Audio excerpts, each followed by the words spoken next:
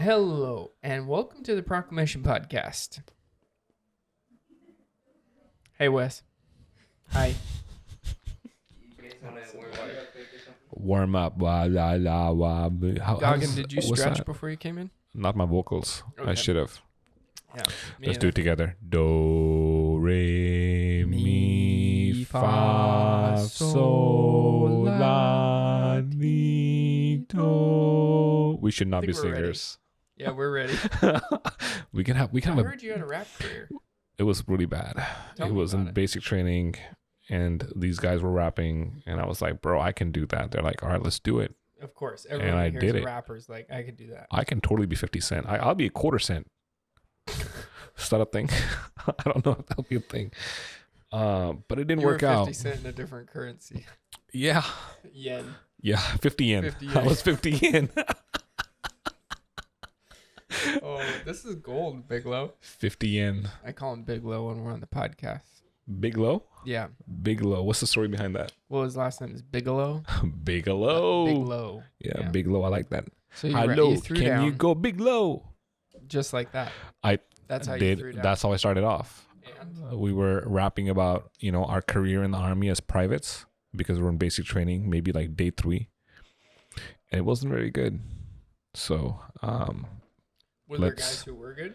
there were some guys really good, man. They were like, one of my battle buddy or my bunk buddy was like legit a rapper. Just like, I'm like, bro, like he would like talk to me in rhymes, and I'm like, this is stupid because we're taking, doing drills, and you're talking to me in rhyme, and it's just not working. He just So made it into a game. he did. It was very annoying in basic training because stress is really high, and you're like, You're bro, like, stop why aren't you stressed freaking out right now? singing. Don't sing. It's just too much. Yeah. So that was my short career. That was the beginning and end. Beginning of the end. It lasted, I would say, solid 2 minutes. No, that's being very generous. 30 seconds before they said you can't rap, and I just bowed my head and I was like, you're right, I can't. Every time I've been challenged to freestyle, I say, no, I can't do that. And then I just wait until everybody else makes themselves sound really stupid. And the whole time that they're rapping, I'm just trying to think of 2 rhymes that go together. That's really smart. And then I just throw down those 2 rhymes really unexpectedly, not when someone calls me out. And then I just say like, oh, that's all I got. And they're like, no, you've got more, because that was awesome. But that really is all that I've got. I just throw down one phrase, and then I'm like, all right, time to get back to work or whatever. Mic drop, and you just walk out. That's all you do. Yeah. That's all you got to do. It's like, when you do something once and you're so good at it, right? Or like somebody's really good, and you, like, for example, my wife and I love chess, and I played chess with her. Oh, yeah. We got married, and we're living in Savannah, Georgia. This is like 9 years ago. I'm just sitting there, I'm playing chess with her. I'm not even paying attention because I know I'm going to beat her, right? Because like I'm good at chess. I'm not paying attention. I'm watching. I remember I was sitting on the couch. Actually, she was sitting on the couch. There was a table right here. I was like, I don't even have to look at the chessboard, because you know how you have white and black. Yeah. And you're like opposite each other. Yeah. I was sitting next to her. I was that confident. I'm like, I don't have to be on the other side. I know where I'm moving, where I have to go. You're reversing it in your head. Exactly. Yeah, so I'm sitting yeah. here and watching show. I'm not even paying attention. She goes, check, mate.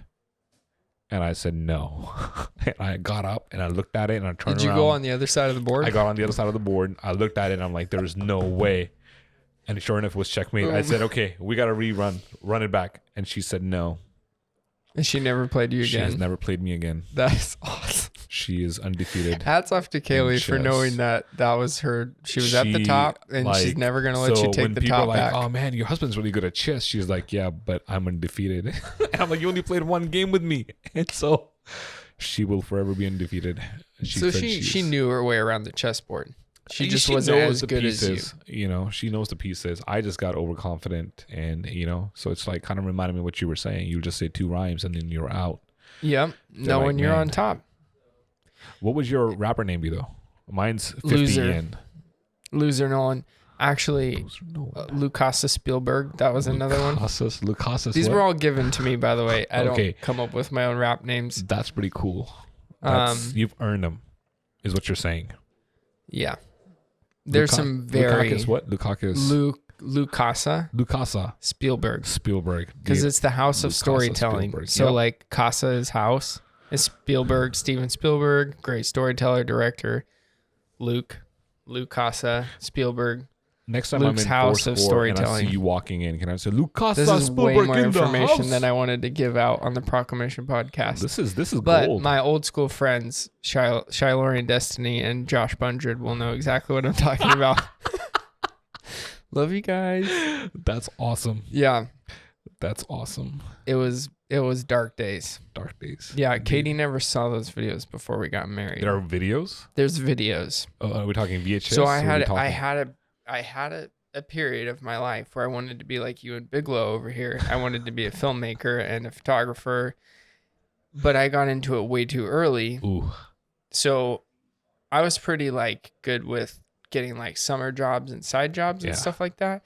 So I always had a lot more money than my friends. And so my friends and I got this crazy idea. Oh, we're going to make all these videos. And we were like pre-YouTube channel. We were doing that kind of stuff. Yeah. But we didn't know what we were doing. And we never monetized it. But we'd go out on street corners at like 1 or 2 in the morning and make these crazy videos. Well, that's pretty sketchy. Very sketchy. And I bought like an $1,100 video camera. Jeez. HD. Oh, It was bro. HD. Okay. And yeah, we made all these stupid videos. And then we would just set it up on a tripod and we would just have rap battles to instrumental beats all the time. So you still have the videos? Yes. Man, these videos needs to be discovered. Should we weave it in? We'll weave a couple into this episode, I think it's maybe. important. Yeah. I think it's important to have that video, you know. Totally. It was dark days, man.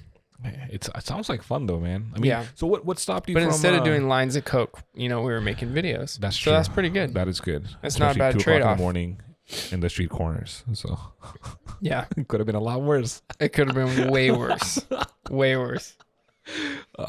So let's talk about this. Well, see, you said you wanted to be like me and Wes here, but you're already like way ahead of us. You had the money to buy equipment, right, Wes? Yep. See, we didn't have... That's a hard start. Yeah. Yeah. But I mean, I think I wasted a lot of, and we all do this, right? You waste a lot of time and money and energy and emotions, and you waste relationships trying to figure out what do you really want. Yep. And it's crazy because just this year, I'm coming back to some of the most important friendships and relationships and goals and dreams. Yeah. And that's, I think, part of why you and I connected is because we see like, oh, this guy's pursuing the same type of things I'm pursuing. You got to be around those positive people, man. Yep. There's too much negativity in the world. Yeah, especially right now. Negativity, yeah. So it's good to be around people who are like-minded, who are going to build you up and not, kick it to the curb. I think that's more important. So I feel you on that. Totally. Yeah, man. I wish you had continued your career as a, well, not really, because then, Foursquare probably It's wouldn't different. be existed. Yeah, it's different. Yeah. Yeah. But I know. had me I and like Wes, doing this so stuff. Boom. Exactly. Yeah. Yeah. And then we make fun stuff together. Yes, we do. We got to make some rap videos. Oh, you know how This podcast is over. So in different, I don't know how it is like other different languages, but in India, if you have let's say Okay, for people who don't know, you're Indian. Am I? I am. Or you were born in I India. was born in India, Yeah. so I guess technically yes. I will be Indian without the Indian accent. That's right. But in India, you'd have videos, and you'll have this guy that would be in the music video who would rap in English. So the whole video will be in either Hindi or Punjabi, right? Different language. But you have a guy come in and he'll rap in English. Why in English? I don't know. Because I guess rap It's was like always Despacito considered- or something. Yeah. It's So in English. I was thinking yeah. you and I can make a video where you rap in English, or you sing in English and I rap in Punjabi or Hindi. That would be dope. That would be pretty dope. I say we film it out in this alley because of all the cool brick and At stuff. 1 or 2 o'clock in the morning. And we'll get somebody who could do parkour In HD, in the though. background. With an HD camera. Dude, okay, this is even crazier. You combine parkour, which is kind of like an American fad, right? Yeah. With the Indian like Bollywood dance. Yes. Bro. So you have like three or four groups of people doing parkour in sync off the walls, That and would we're be- rapping and singing down the middle of the alley. Yeah, that would be pretty. It's pretty crazy in my mind right now. I know people are listening to this right now, and they're thinking, Sign when us is up. this happening? Sign us up. Sign us up. Yeah, Sign-ups links will in the go bio. Next week, I think. in the front of when you come in at Fourscore, order a coffee with a sign-up sheet will be right there for you. A little table with hand sanitizer. Hand sanitizer, yes. First. Bring your own pen if you are germophobic, Yeah. as many people are these days. It cracks me up when you go to all these stores now and they have the 2 cups of pens. They're pulling out of one and they have you sign and they put it over there. And it just keeps... So this is what I don't get. You think they actually sanitize them? I don't think so. But I don't know. But this is what I don't get. If you, let's say you go to a drive-through, right? Yeah. They'll, I don't want to name any restaurants because my favorite restaurant does this and it's really like, guys. So they'll have like a drink like this, right? Yeah. And they'll have a tray. And they'll hold my drink. They put it in the tray and they pick up the tray and they hand it to me. And I take my drink off. But it says no contact, right? But you just made a contact with my drink. You put it in there. I think it's no contact for them. It's all about them. It's all about them. And that's what it was. Yeah. I think there's been like a really weird elevation of people in like Fourscore is in this industry of like service industry, obviously medical and emergency care and police and fire, all those types of people. Totally understandable to be like, hey, thank you guys for doing what you're doing. But there's been like this weird romanticism of like all the essential workers are out there on the front lines. And it's like, dude, we just need a paycheck. Yeah. You know, I think there's like this weird thing where people are trying to elevate those groups more than they even expect. Yeah. Yeah. Yeah. I really feel out for the small businesses though, who are not, able to stay open and, I don't know. How was your business affected this year? Oh man, the beginning was pretty bad. I was supposed to be in Iceland this year. Oh, I remember that. I was supposed to go to Iceland in May. Yeah. Really looking forward to it. It's been on my bucket list. My sister's been there. She said it's awesome. It's pretty amazing. The few people that I've talked to, they tell me how amazing it is. I don't want to know how amazing it is. I just want to go and see it with my own 2 eyes. You know what I mean? Like, yeah. As a photographer or as a videographer, I would say Wesley would agree on any videographer or photographer who's listening. You want to, at least for me, I don't look at other photographers' work as much who are in the same industry as me. For example, if I only do wedding photography, I don't look at wedding photographers, mainly because photography and videography is such a saturated business anyways. Yeah. But also you're creating the same stuff. You're seeing the same stuff. So if I see something, my mind's going to take note of it and I'm going to try to recreate that, right? So if I'm watching other video, wedding photographers or engagements or elopements, I'll try to create that, but I want to get away from it. So I won't look at those types of photography. I will look more into what I personally like is, documentary style of photography or like street photography. Okay. So when I go to Iceland and I have not seen any,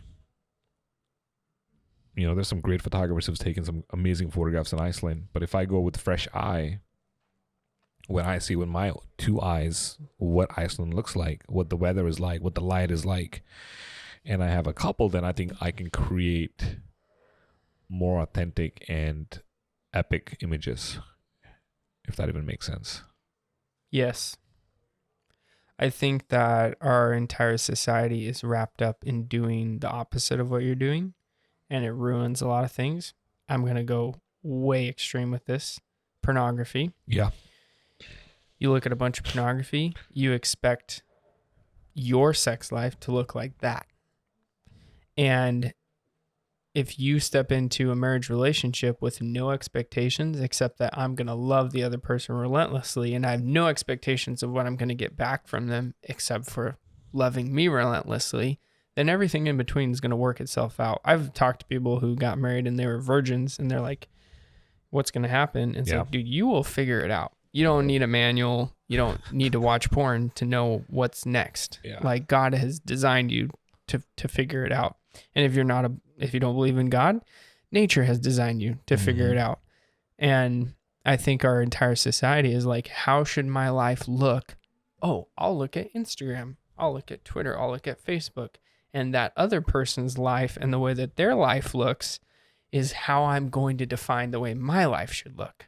And that is super unhealthy. But if we stepped into relationships and business and education the way that you're stepping into that Iceland scenario, where you're like, hey, I'm just here to learn. I'm here to listen. I'm here to experience it for myself. Exactly. Yeah. It's funny you talk about the pornography though, but in 1800s, I think I might be off. I think it's early 1800s, if I'm mistaken. We United States decided to do silk work. Like they wanted to produce silk. So they bought these moths from Argentina, I think. And they brought them over. like silkworms. Yeah, silkworms. Okay, gotcha. They bought these moths from Argentina, and I might be off on the date or the country too, but sure. They brought them over, and then they release them in our agriculture, and they start killing the agriculture. They were just eating everything. And so there were scientists who were like trying to figure out, we need to stop this, these moths to like destroy all these vegetations and stuff like that. So they're trying to figure out how to do it, and they couldn't figure it out.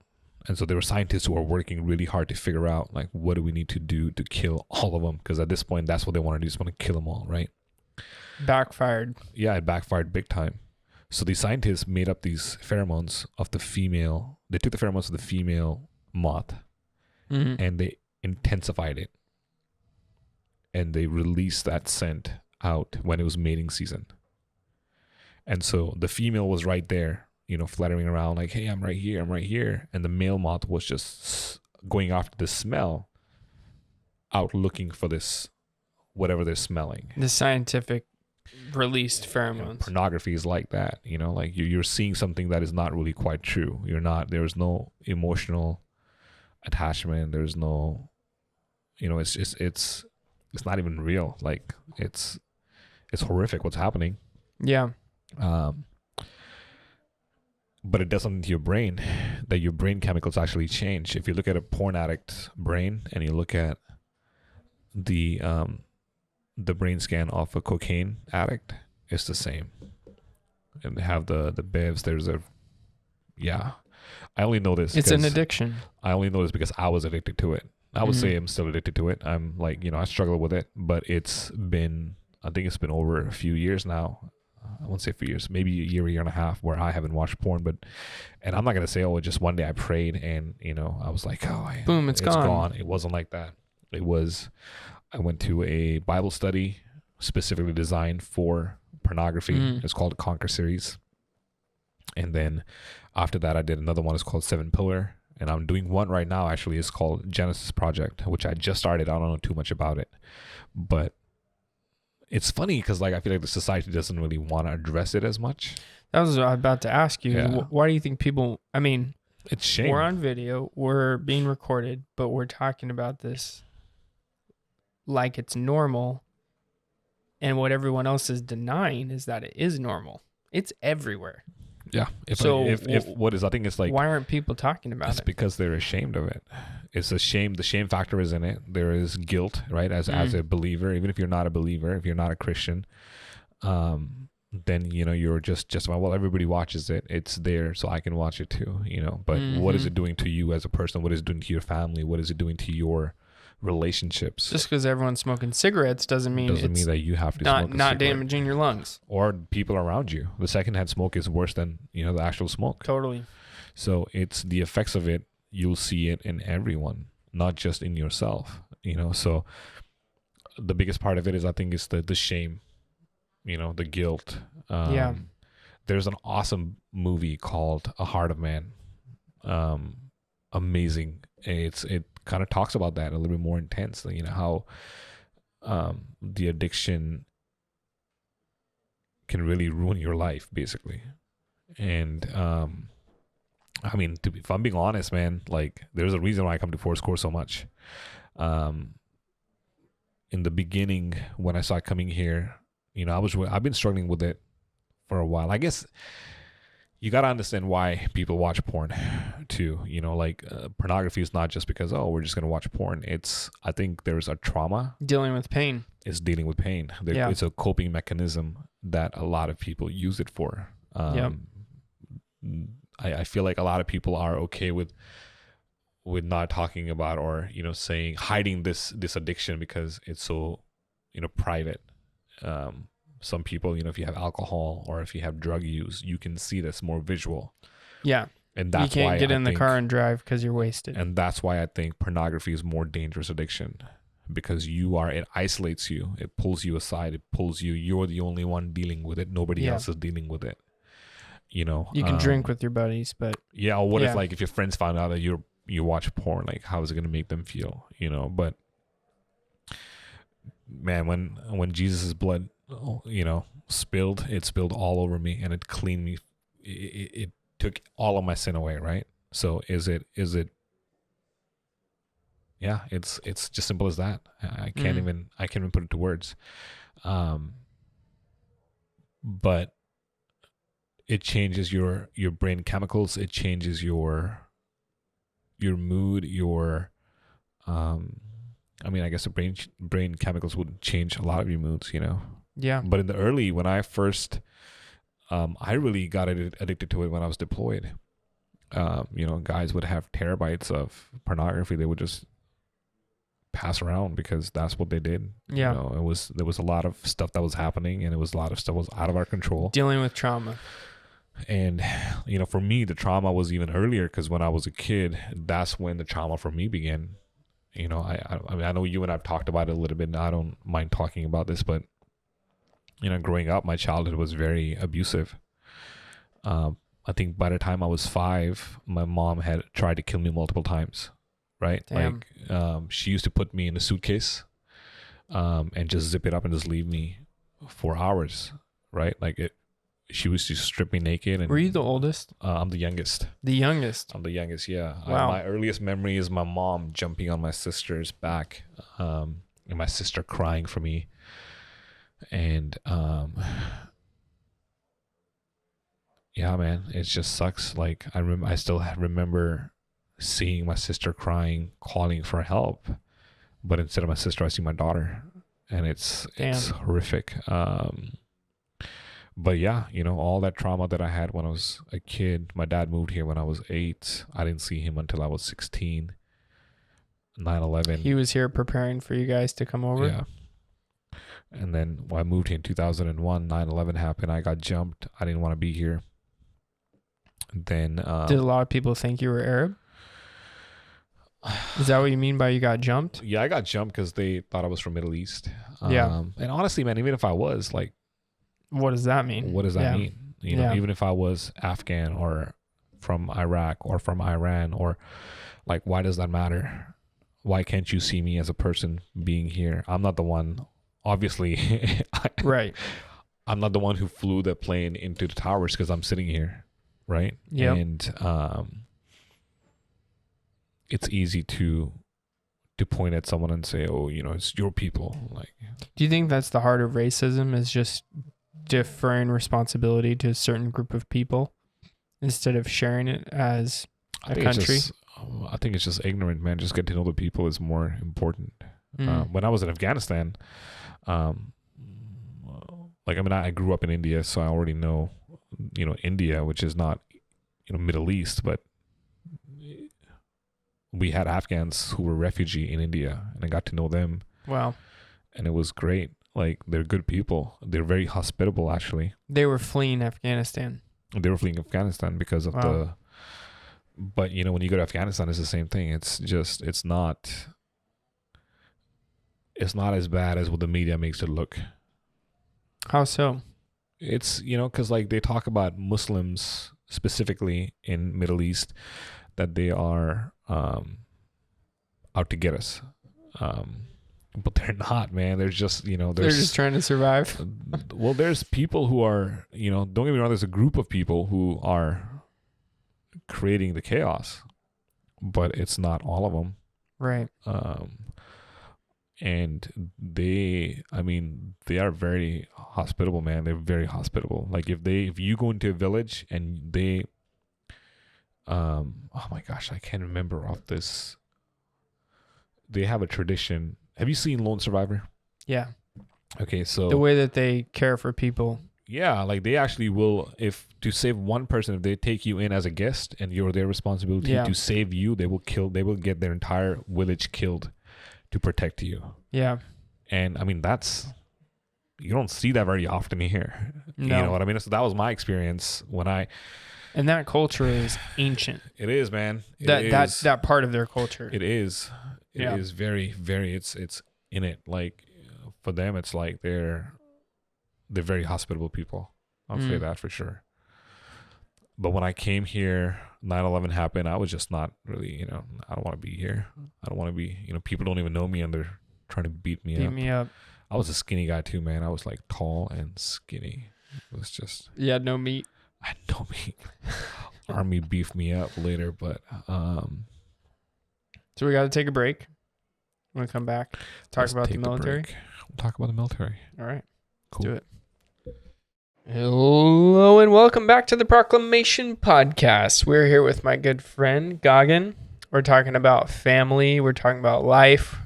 We're talking about business. And one of the things I wanted to ask you about is the military. Gagan got me this awesome shirt, by the way. It's Tactical Washington. Tell us more about this. I was trying to get Tactical Lincoln, but they were out. They were out. Ugh, disappointed. Got you the sticker though. The sticker. Tactical Lincoln. I'll put that right on my. Am I too far away? Better? Sorry, guys. You were in the military. I was. And I think it taught you some stuff. It did. Survival skills, shooting. Hopefully they teach him how to shoot in the military still. They teach me how to push a button. Yeah, and a missile goes. Pew! No, sorry. Just watched old 007 movie. Ooh, which one?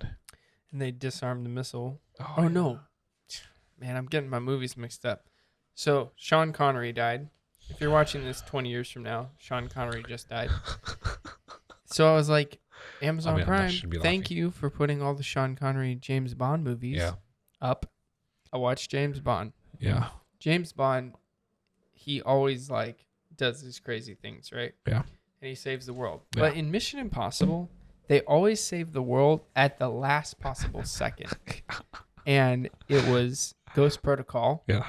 And Tom Cruise, he has to push a button, and this guy has to connect a data spike, and this guy has to shoot a bad guy. Yeah. And they all have to do it at the same time. The last 3 seconds before the missile hits San Francisco and lands in the bay. Yep. And they stop it from exploding. And I'm like, come on. It's way too unbelievable.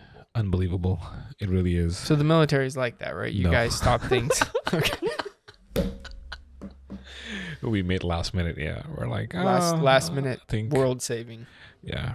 How but I do this at work. We have alarm and I'll wait like how fast I can, so I'll put the alarm in and it's you have like few seconds to get out of the building. Right. Sometimes when nobody's at the office, I'll run all the way back and touch the wall and come back to see if I can do it before the alarm goes on. That makes me feel like James Bond or Tom Cruise at office. But in the military, no. These are the moments that we live for. I do. But we don't tell each other about these things. We have camera at the office. I'm hoping one day they'll discover. So if you're looking at this, Mr. B, it's, I got a text the other day from one of the employees here, and he said, if you want to see me pick a gold nugget out of my nose, go to the camera at 11:45 and 53 seconds. Was it Scotty? No, I can't reveal who it was because they might be watching and be really ashamed. It was Will. Maybe. Just wink once. Oh, yep. I knew it. I mean, you didn't see it, but yes. It's someone who doesn't work here anymore. Yes. But no, military was actually pretty fun. It was, I went in, when did I go in? I went in 2010. I went to basic training, and I'm not gonna lie to you, like, so when you, So when you go in basic training, so if you think about military, here's the thing. I'm gonna tell you something right now. Full disclosure.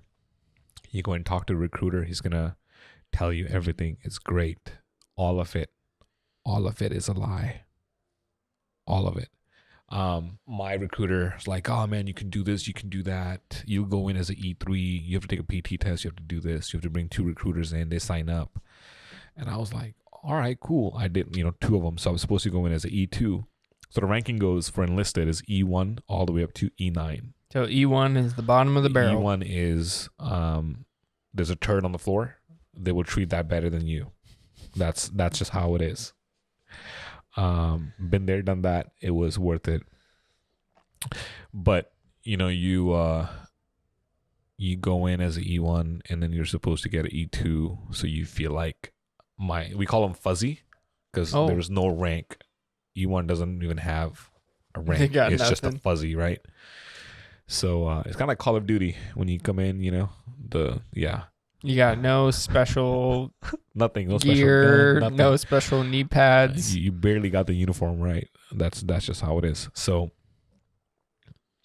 you go in as an E1 and you get to basic training. And the recruiter, one thing that he told me was like, hey, when you go in, like you just want to be a ghost.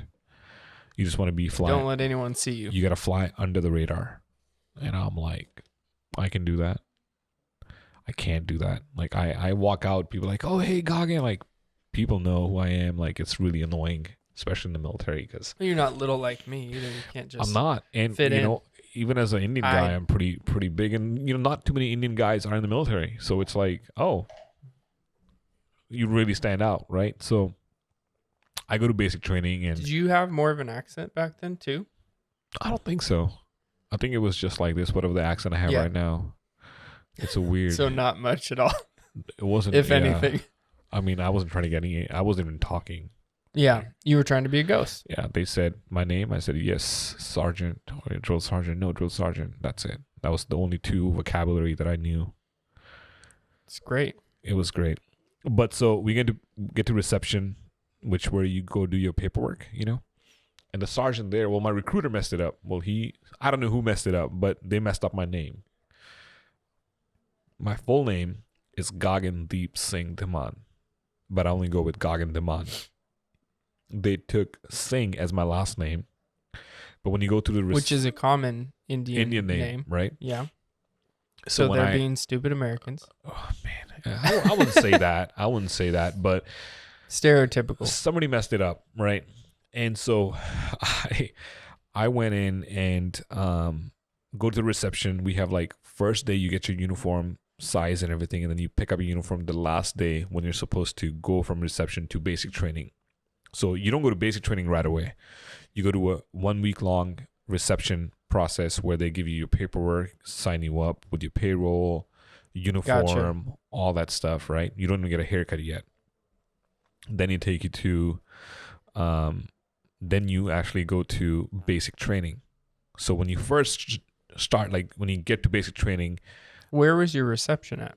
It was all in Fort Jackson. Okay. Yeah, Fort Jackson, in Florida. But after reception, the drill sergeants will take you to a bus, load you up, and then you go to basic training. When you get to basic training, same, Fort Jackson, but it's a different location. The drill sergeant walks in and they just start yelling. They call it a shark attack.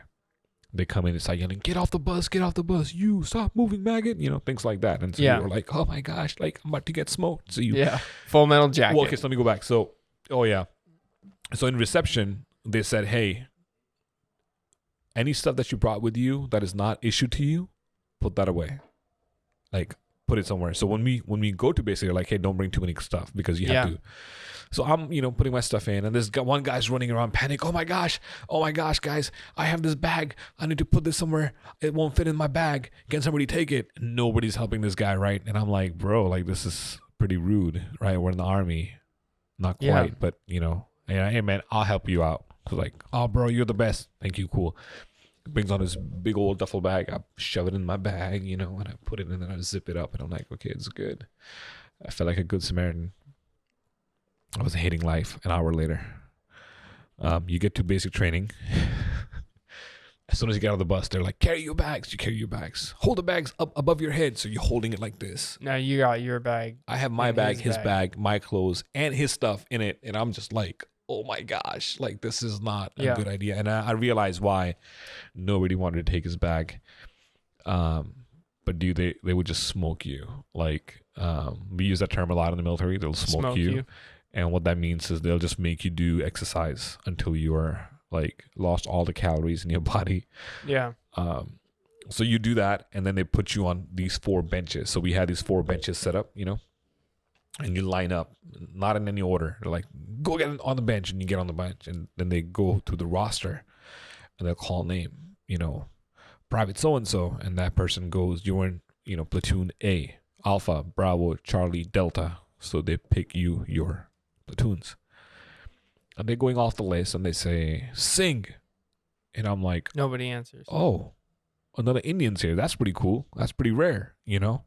Sing, Private sing. Nobody's moving. And I was like, man, what's up with this guy? And he's like, Private sing, you better move. And I'm like, this guy's about to get in my head. I'm thinking this guy's about to get in trouble, right? Like, you're not being a ghost. You're an idiot, right? I'm like, all right, we'll get back to you. So they keep going down the roster.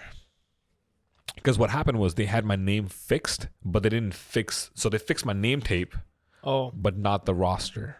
That's good for you, at least. Well, yes and no, because I didn't know that. The roster didn't have Dhiman. The roster had Singh. So they go off the list. So you already knew there was a problem before this. I knew it because when I saw my name tape, I said, oh, it says Singh. It's supposed to be Dhiman. So the drill sergeant and reception got it fixed. So on the bench, there's 2 people standing. There was a guy from Korea, a Korean guy. His name was Hong, I think. I can't remember. But it was Hong and me. And the drill sergeant walks up. Like, there was like 4 of them. They're like, all right, one of you is a Singh. And I'm pretty sure it's not you looking at the Hong guy, right? And they go, what's your last name, Private? And I said, it's Dhiman, drill sergeant. He said, what's your middle name, Private? It's like, Singh, drill sergeant, man. Oh, man. My whole platoon got smoked extra because of me. And I felt so bad. So they loved you from day one. I was not a ghost from day one. They made us smoke so bad. Like, so before you go climb up the bus, they know that they're going to make you do a lot of exercises on basic training from reception. So they have you drink an entire canteen, which is, I think, 32 ounce or maybe 16 ounce. You have to drink it all. Yeah. And you have to hold it up so they come and check. So I was smart enough to dump it. I don't know how I did it, but I dumped it because I'm like, I'm not going to drink the whole thing. It's going to make me sick. Not a lot of people. You saw Remember the Titans. Water makes you weak. Water makes you weak. Yeah. Well, 4 or 5 guys just in my platoon had peed their pants because they were getting smoked. Like, we weren't allowed to use the bathroom. We weren't allowed to go anything. They would say, you have to go run and touch that wall, which was like, I don't know, maybe like 100 meters from where we were. And you had 2 seconds or 5 seconds to be back. There's no way you're going to do that. It's going to take you a good 15 seconds to touch it. Yeah. Even the strongest, fastest person. Not going to make it. And so it's set up to make you fail because they want to break you down. They break you down and they build you back up.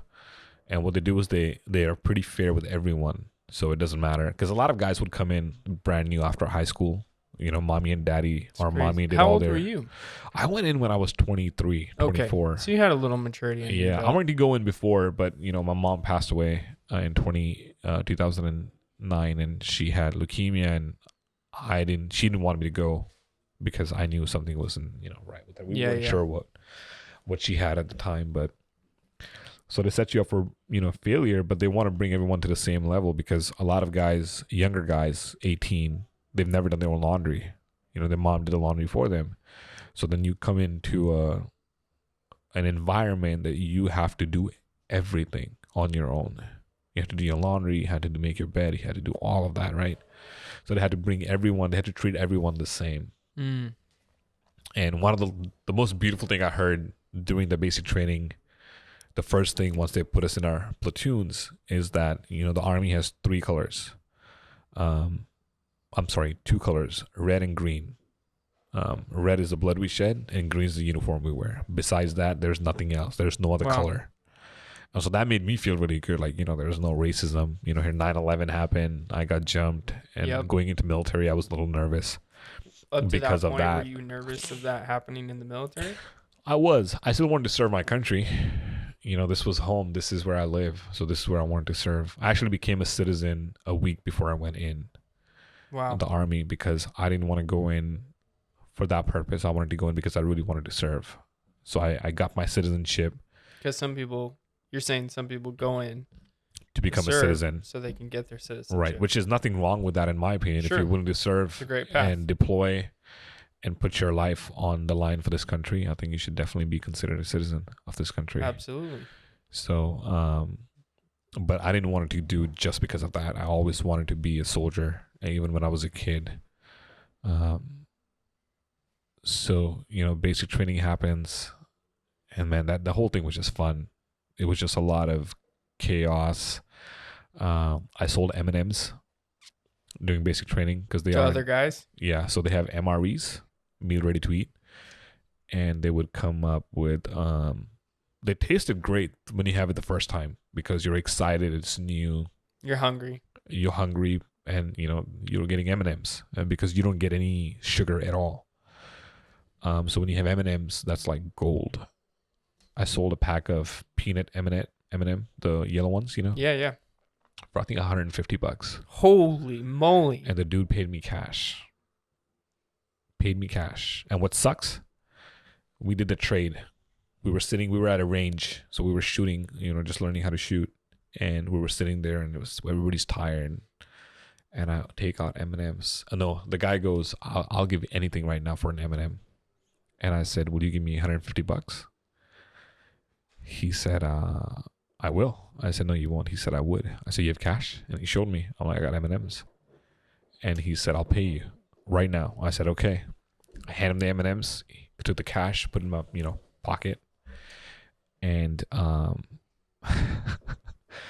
don't know when this happened, but I guess when we did the trade, one of the drill sergeants saw it. The guy was overweight, so he was on a special plan to eat less. So drill sergeant walks up. He's like, hey, you got M&Ms?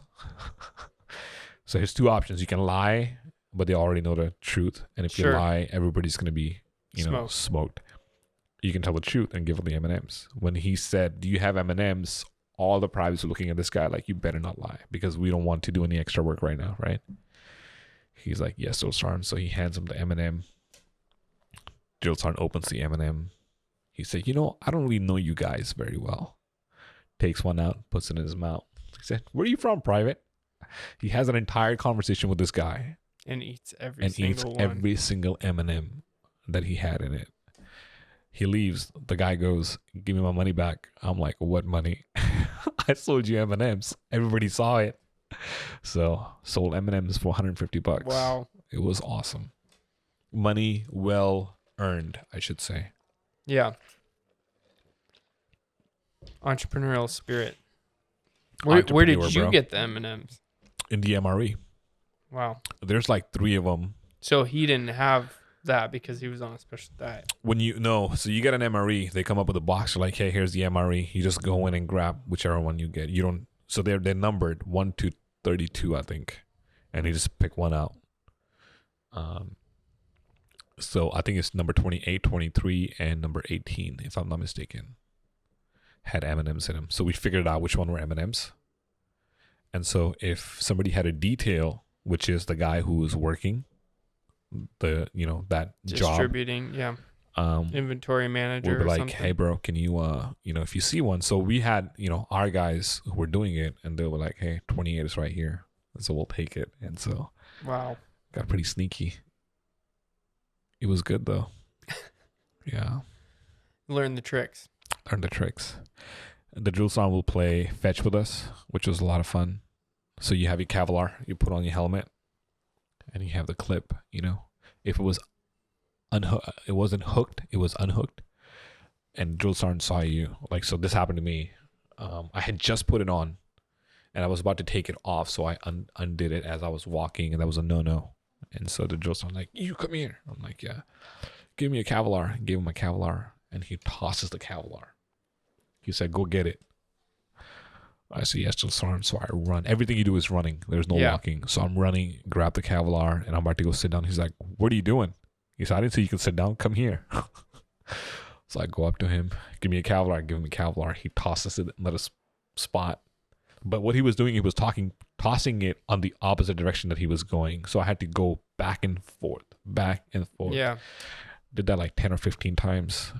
And then I learned never to unhook my Kevlar. There's ways they teach you stuff, man. It's really gets you like going, thinking and stuff. So it was a good experience, I think. So yeah, after basic, you go to AIT, which is your advanced individual training, where you learn your craft. Your specialty. Yep. And then after that, you graduate that, and then you go to your unit, wherever you're assigned. You get your assignments, and you go there, and you're there for like 4 years, 3 years, and so on and so forth. So how did you get into photography in the military? So I went in as a mechanic because I love cars, and I figured I want to work on, vehicles. Everything was good until I got assigned to an aviation unit, and they flew everywhere. So there were no need for too many mechanics. We had mechanics. Yeah. And we were doing. So you only worked on cars. So I worked on Humvees, MRAPs, which are like bigger vehicles, LMTVs, wreckers. There were different, like all the way up to like a semi truck. So I can work from a Humvee all the way up to a semi truck. Hydraulic work. Learn all of that. I would say though I'm the worst mechanic in the Army, and I really mean that because a lot of guys who went into it, they already knew a lot of stuff, how to work on cars. Gotcha. I did not. You were starting from zero. I was starting from completely zero. Why did you go for that specialty, or was it a choice at all? No, I had an option. I just really like working on cars. Like I really wanted to learn that. I love cars. I used to have a Honda S2000 when Fast and Furious came out. 2-seater. Yeah, dude. Man, I loved that thing. I put on a Tokyo Drift. I put an air filter in it. I thought I was like the best mechanic in the world. Yeah. And I did it by myself. YouTubed it. So I was like, I want to learn more of this stuff. It was really good. I wanted to learn it. But then when I started learning it, I realized there was a lot of guys who were already doing it, and they were already so much more in advance, which made it really hard to work because we have a timeline and a deadline we had to meet. So they're always going to get so-and-so on it instead of Gagan. Exactly. But when I went to my unit, they would put me with someone, and I was good. Like my work ethic is always great. Like when I get on a task, we'll knock it out. You tell me what bolts to take out, I'll take it out quick, right? So I was learning, but there were still aviation unit, and we're all mechanics.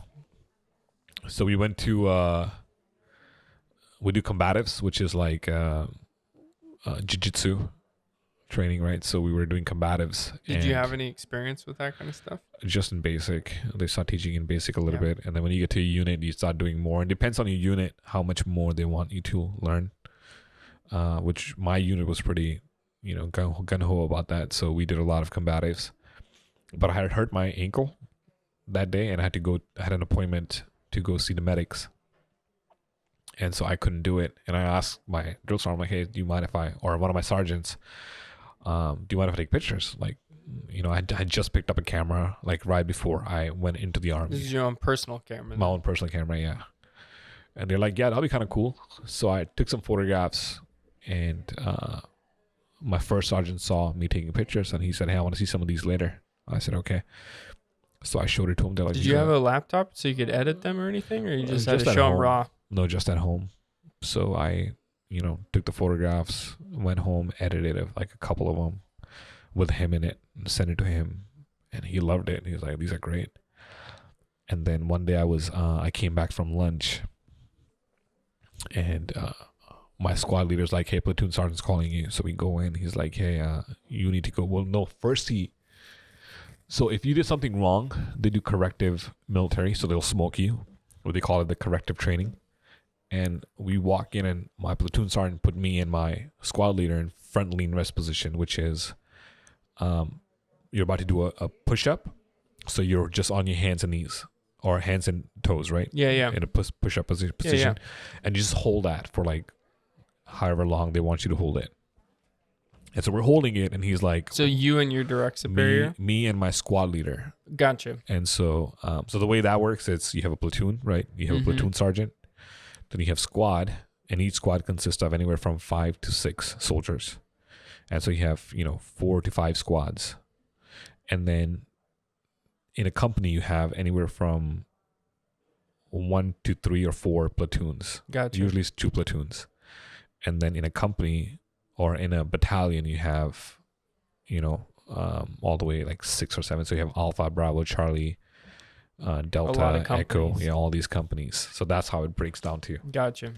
So my platoon sergeant thought that I got in trouble because the sergeant major who was in charge of the entire battalion, the NCO, so he's the E9 who's looking over all of the enlisted, he called me by name to go see him. So you and your squad leader. Well, he just asked for me to show up, but I don't go there without my squad leader because the squad leader has to go with me to find out what's going on. He's responsible for you. So we get smoked. Like, what'd you do? Nothing, sergeant. He's like, you lying to me. No, sergeant. Like, why is he calling you? Because if they're calling you, either they really like you. So he doesn't know why you're being called. No. And so he's getting ready to make sure if I did something wrong, He said, well, he called you by your name. Like, how does he know your name? So I don't know, sergeant. Like, all right. So he said, okay, Sergeant Thomas, you and, Dhiman has to go see Sergeant Major. So we show up to see Sergeant Major. He takes us to see the commander, our Lieutenant Colonel. And we go in, and they said, well, no, my platoon sergeant's like, whatever he says, you make sure you do it. I said, okay. So we go in, and he's like, hey, you go in, Private Dhiman, reporting, sir. And he's like, yeah, I heard you take photographs. I said, I did, sir. And he said, we have another sergeant who takes photographs. And he was in there, Sergeant Scott. And I was like, oh, good to meet you, Sergeant. And he said, yeah. He said, so how would you feel about doing photography for the unit? And to me, that felt like he was asking me a question. He wasn't telling me. He was asking me, how do you feel like about doing photography? And I said, well, sir, I'm not sure it'll be good because I'm a mechanic and I just want to make sure, I'm still doing my job. And he was like, oh, yeah, no worries. You can go. I said, okay. And I leave. I go back and I get smoked again because Lieutenant Colonel asked me a question and I said, no. And I was like, I don't understand. So I'm learning, right? Yeah. So my platoon sergeant was like, no, dude, they tell you something or they're asking you. They're not asking you, they're telling you. I said, roger that. So that's how I became the photographer for the unit. And me and this other sergeant, Sergeant Scott, he was an NCO and I wasn't. So he was a sergeant and I was still a private. Gotcha. But that's how I started taking photographs for the unit. And it was fun, man. It was like, got me out of a lot of formations, long formations, and got to see some really cool stuff. Like take my camera to a field exercise, shooting 50 cals, helicopters, Blackhawks and Apache, Chinook, all kinds of these cool. And I think you've seen some of the photographs on my website. So. But that stuff you wouldn't have experienced if you were just not really, because a lot of it is confidential stuff too. So if you're taking the photographs, like I think it's like every photographer's dream to go to an exotic place, take an awesome photograph, and it was just kind of like, hey, here you go. Opportunity presented itself and I was able to take advantage of it. Welcome back to our last segment of the Proclamation Podcast. We're here with Gagan Dhiman, my good friend. Thank you for being on today. Thanks for having me on, man. I wanted to ask you one more question. Okay. I know you got a family. I do have a family. Go. I gotta go. And recently, maybe just a couple of days ago, you went to Bodega Bay with your family. It was awesome. Took some amazing photos.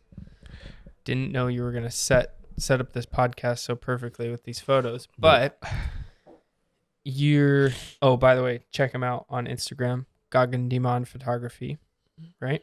That's it. We'll have a link in the bio as well. Ah, sweet. And amazing photographer. Thanks, man. We haven't talked about that much. No. But Gagan is an amazing photographer who's done a lot of work with us, for us, and for a lot of people who call this place their home coffee shop. So that means a lot. Yep. And I wanted to ask you about how important is family to your business, and those photos just reflected. I think people will see, you know, if they go on your Instagram and see those photos, they'll see how much, you know, you use photography to capture these amazing moments in the life of your family. And then the passion that you put into that, you put into capturing those same moments in other people's family. So how does the passion that you have in yourself and in your tiny family nucleus, how do you translate that over into the work that you do and the passion that you have for capturing other people's moments? Honestly, so I started doing photography because, you know, I think we've talked about it a couple times in this podcast. I brought it up. My mom passed away with leukemia, and I didn't have any photographs with her. And so it really affected me knowing that I don't have any photographs with my mom. And so what I wanted to do was capture moments that were around me. And so one of the biggest mottos for me has been, the moments are not created, they are captured. And there's far too many photographers, in my opinion, who spend way too much time to create something that's not really there. And go stand in front of that cool brick wall. Right. You know, like there's a cool brick wall. Let's go stand there. Would you do that normally? Probably. But if you don't, then, you know, it's just a brick wall. That's all it is. So that's why I love weddings, because with weddings, I'm very hands off. When I do wedding photography, like on the day of the wedding, I'll talk to the bride and groom throughout the day. But for photography, like only when we're hands on, like the only time we're hands on with photography is when we're doing couples portraits. But throughout the day, I'm just observing. That's all I do. I observe. I go in as a guest when I'm photographing the ceremony. You saw that with Austin and Juliet's wedding, right? I'm standing right there with bridesmaids, groomsmen, and just moving around. Like just different angles, different things, different emotion, different places, different people, how they're reacting to that one moment. And you just capture that. But when I got into photography, originally, I reached out to all these photographers. I'm like, hey, I really want to get into photography. Can you teach me? And they were all saying, you know, you need to go to school. And I was like, man, I couldn't go to school. Like at that time of my life, it was not something that was an option for me to go to school for photography. And I started praying. I was like, God, you create everything good, right? Like you create the sunset, you create the sunrise, you create anything that is beautiful. People, I photograph people. I didn't create them. God created them. Yeah. So let me see them the way you see them. And, you know, invite him into that process. A very like spiritual process for me. It's not just picking up a camera and taking a picture. It's just, you know, inviting Jesus to be there with me and giving me the eye to see things differently. The light and shadow. I love the romance between the light and shadow. Always have. Yeah. You know, and so when I photograph my family or my kids or anyone else, I want to capture them in their most authentic way possible, you know. So do they want to meet at Foursquare Coffee because it's a meaningful place for them? Yeah. If it is, I want to photograph them here. When I photograph couples, I tell them to make a date, set up a date, plan a date for a day, and I just capture them. And so that's my approach with it, if that makes any sense at all. Yeah. Don't be a ghost. Don't be a ghost. Unless you're a great photographer. Unless you're a great photographer, then definitely be a ghost. Capture those moments. I love that. Yeah. So that's our quote from Gagan Dhiman. Don't be a ghost. Unless it's Halloween. Or you're a photographer. Or a photographer. Or if you're going to basic training.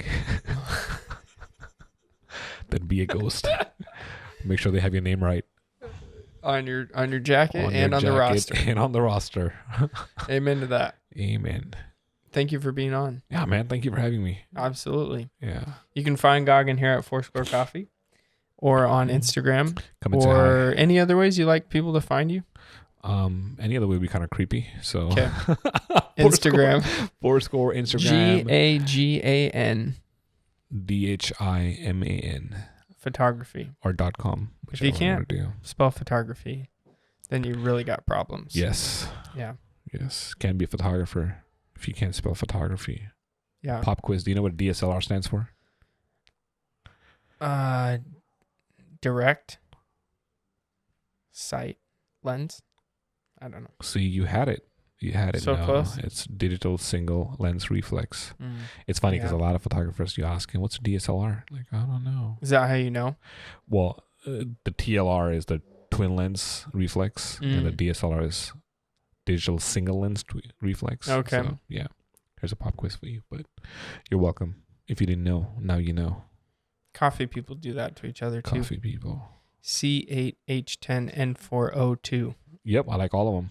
Chemical signature for caffeine. I like all of them. Don't laugh at me, Bigelow. So, also, we want to do a shout out to our veterans. This is Veterans Day week. Gagan, obviously a veteran. Thank you to all of our veterans for what you do, for what you serve. Check out Grunt Style online. They're pretty awesome. Support our local veterans and respect their service. Thanks, man. And we thank you for your service. Thank you for And, recognizing it. Yeah, absolutely. Yeah. It's definitely something that we take for granted until it's needed. Mm-hmm. And easy it's to always do. needed. Easy to do, though. Yeah. But it is what it is. God bless America. Absolutely. Thanks for Thanks, coming on. Bye. Appreciate it.